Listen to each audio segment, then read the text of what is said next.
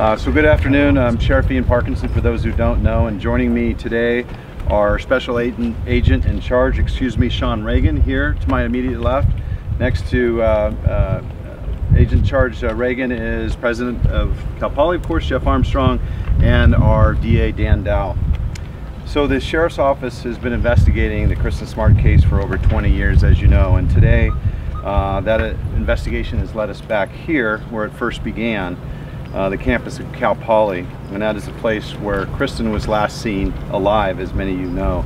Today, in conjunction with the FBI, we are announcing the excavation project of this location, and due to its high visibility, we really decided that it was best just to go ahead and disclose why we're here rather than you kind of figure it out and then us answer the questions after the fact. So we're also focused on other locations. However, we're not disclosing those locations at this time because of investigative reasons.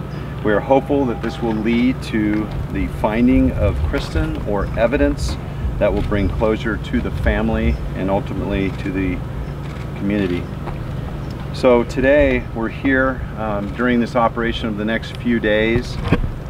We'll have approximately 25 FBI agents, approximately 15 members of the Sheriff's Office. We have developed this lead over the past couple years and have been working on it.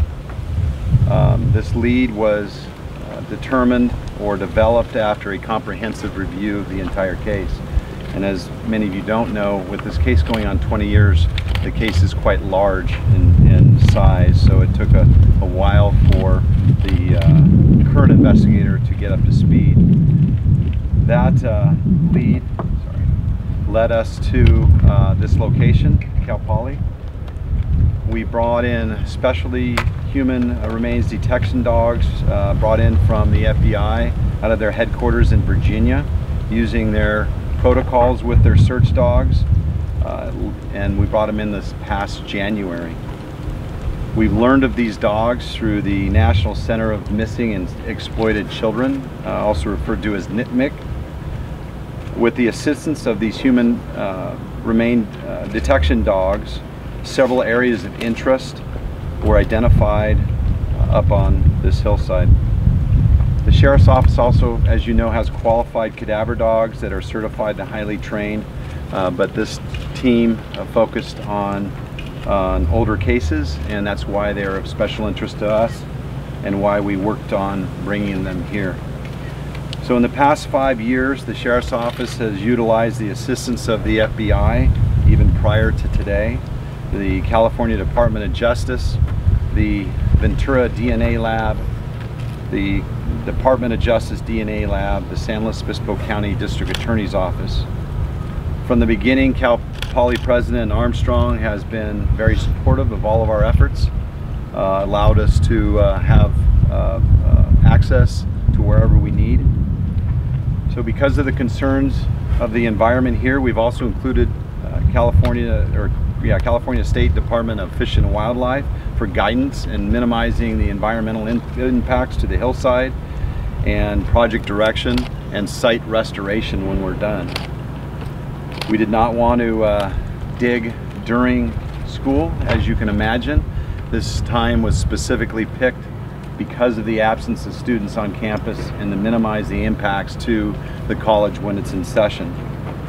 The Smart family, who I've communicated with for the past 6 years, and specifically today, know we're here.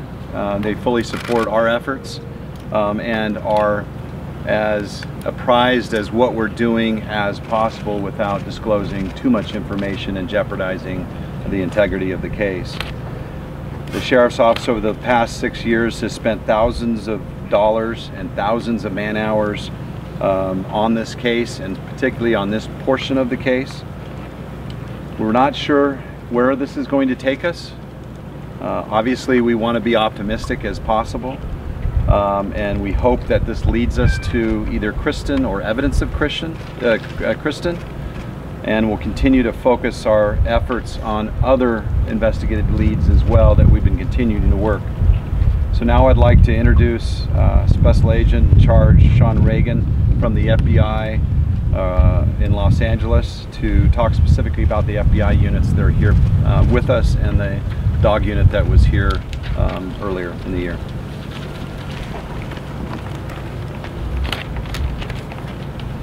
Great. Thank you, Sheriff, and good afternoon all. As the Sheriff mentioned, I'm Special Agent in Charge Sean Reagan of the LA FBI Field Office. I'm in charge of all criminal investigations for the office. Before I really go into some more of the details with regards to our units and our participation here, I'd like to thank the Sheriff and his office for keeping this case active and concerted efforts in trying to find Kristin and bring closure to this matter. So their concerted efforts have really gone a long way, and I'd like to thank them. And as the FBI, we're honored to partner with them and provide assistance whenever we can. I'd also like to acknowledge the Smart family for obviously the pain and anguish over the last 20 years of not knowing what happened to their loved one and not knowing her whereabouts. So as the Sheriff mentioned, we were, through coordination with his office, after some leads in this matter were developed, we decided to bring in 3 dogs from our headquarters, not our headquarters, but Quantico, Virginia, where we have facilities.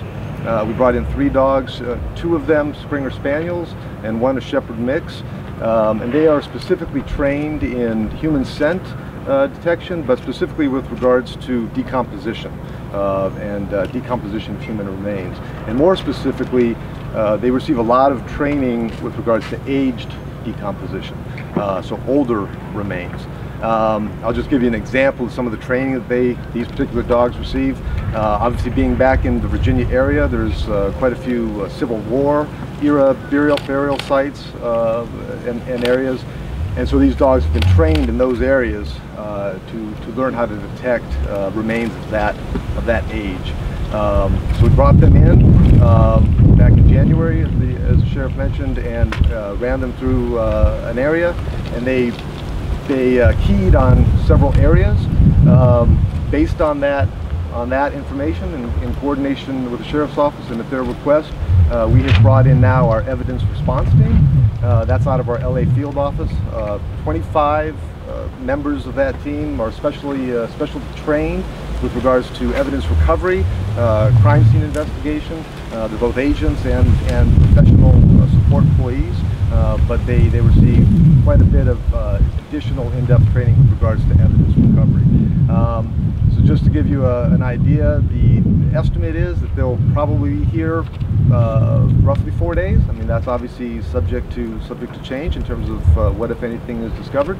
But 4 days, that's a day of setting up to do the site exploration, excavation, and then 2 days of probably excavating the site. And when I say excavating, that means digging down, probably to begin with about 3 feet, and then going out about 90 feet from the locations, and then obviously changing that depending upon what type of evidence, if any, is recovered, or if there's any suspicion of anything else that they're looking at. So that's all subject to a little bit of change, but then they have to, after the 2 days, they have to break down the site. So roughly 4 days, and that's kind of our current involvement in the investigation. And I'd just like to say that no matter what occurs here today and over the next couple of days, we are here to support the Sheriff's Office with this investigation, and we will keep this investigation going in support of the Sheriff's Office for as long as it takes to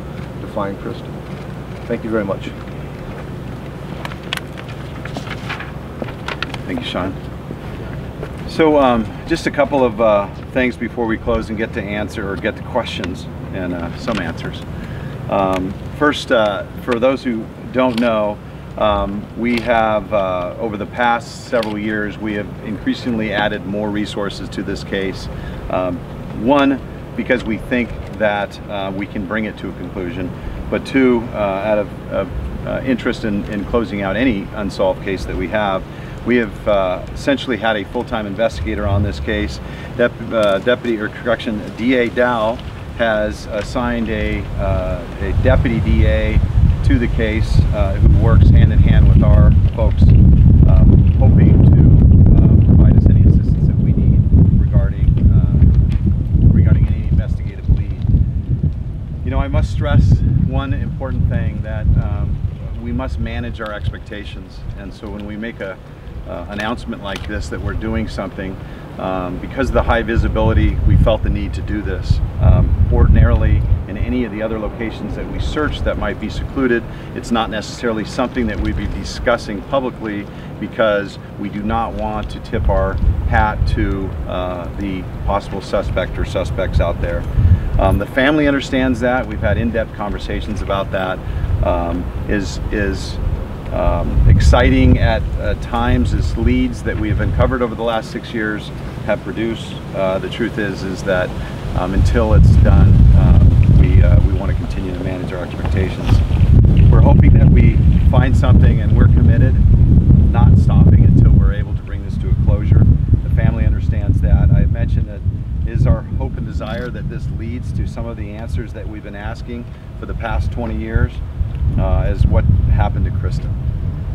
We'll not give up to find Kristin, and prior to taking any questions, I will just kind of caution you that I probably do not have in-depth answers for you right now, because it's an active investigation, but I'll certainly give my best effort to answer anything that you have.